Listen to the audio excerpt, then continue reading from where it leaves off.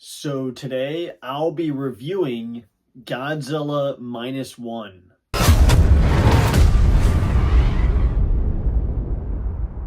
Post-war Japan is at its lowest point when a new crisis emerges in the form of a giant monster. So Godzilla Minus One released a few weeks ago, and it's just now getting around to releasing in America, where I am. And I have been hearing so much hype around this movie. I've seen so many reviewers saying it's awesome, it's the best Godzilla movie ever. And I've just been seeing review after review after review of people praising this movie so much that I was thinking I have to go see it. As a monster fan, I really felt like I needed to. And my initial thoughts, I thought this movie was very good. I thought Godzilla was great. I mean, for a movie that I didn't have the highest expectations for. I didn't think the visuals would hold up. I didn't think it was going to work. But I am very impressed by a lot of stuff in this movie. And overall, I am so happy I went to see this movie. This could be up there in the top 5 movies of the year for sure. But why don't we get into my positives first? So positives, first and foremost, is the visuals. This is something that I thought was going to be in my negatives because I've heard some people saying the visuals didn't hold up at certain points. But I completely disagree with that.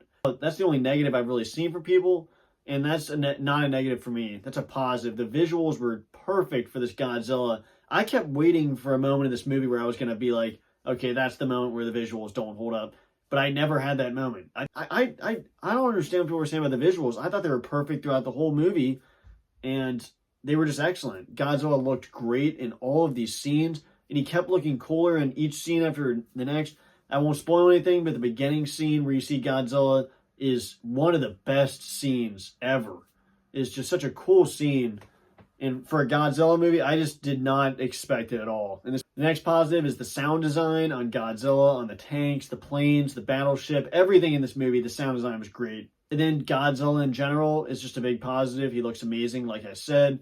But his character overall is just very interesting. You don't exactly know what his purpose is, what he's doing. Another big positive in this movie is the characters. The main character in particular you're following is a kamikaze pilot, and I was very invested in this character and then the multiple characters in this movie. He has a relationship with another girl character and then a kid, and all of them were excellent in the movie. And I really did not want them to die. I was concerned every scene they were in a scene with Godzilla. I was actually concerned about them. The emotion they were able to show and the overall storyline with these characters and Godzilla was excellent. And the ending is a very emotional ending, and I was totally invested. Now, while there's a lot of positives, it's not all positives. I do have some negatives. I think this movie had some slow parts. There were some scenes that I feel like they could have either cut something out or kind of combined it. You got a certain point where the storyline is kind of going along, and I could kind of tell where they were going. I feel like they could have easily combined a few scenes or cut something out just to get it going a little more, because you go from you're kind of trying to go from the second to third act, and it kind of drags a little bit in there. I thought it was good pacing throughout until that point where it was a little slow, and I feel like they could have cut something out. And then another negative, which is kind of a nitpick, is I could have used a little more Godzilla. Obviously, this movie, Godzilla is not needed to have me interested in the movie. Like I just said, the characters are interesting, but I could have used a little more Godzilla. Maybe another scene where he destroys something or has something to fight. I think maybe throw in another scene like that or shorten the movie. I think that's probably my only negative. Because Godzilla has some epic scenes in this movie, no doubt. But I could have used maybe another scene with him. Because Godzilla's screen time is not as high as I thought it was going to be. It was a bigger percentage than probably Godzilla 2014 for sure, but still not as much as probably Godzilla vs. Kong. But overall, my overall thoughts of this movie, I was blown away by it, honestly. I thought the visuals with Godzilla, the scenes with him, that opening scene in particular at night was just amazing. It was kind of out of a horror movie, and the action scenes with Godzilla fighting the battleships and his atomic breath is amazing. I saw a lot of stuff from the trailers, but seeing it all happen in the movie, all of it connected, was just really cool to see. This Godzilla is so amazing. And the characters I was so invested in, so that is a big positive.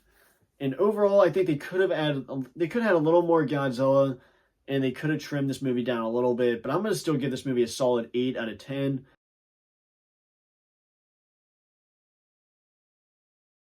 I would definitely recommend this. So many people have recommended it to me. I'm glad I saw it. And if you were to compare this, I think comparing this to the MonsterVerse is kind of a difficult situation because I like both of them for different reasons.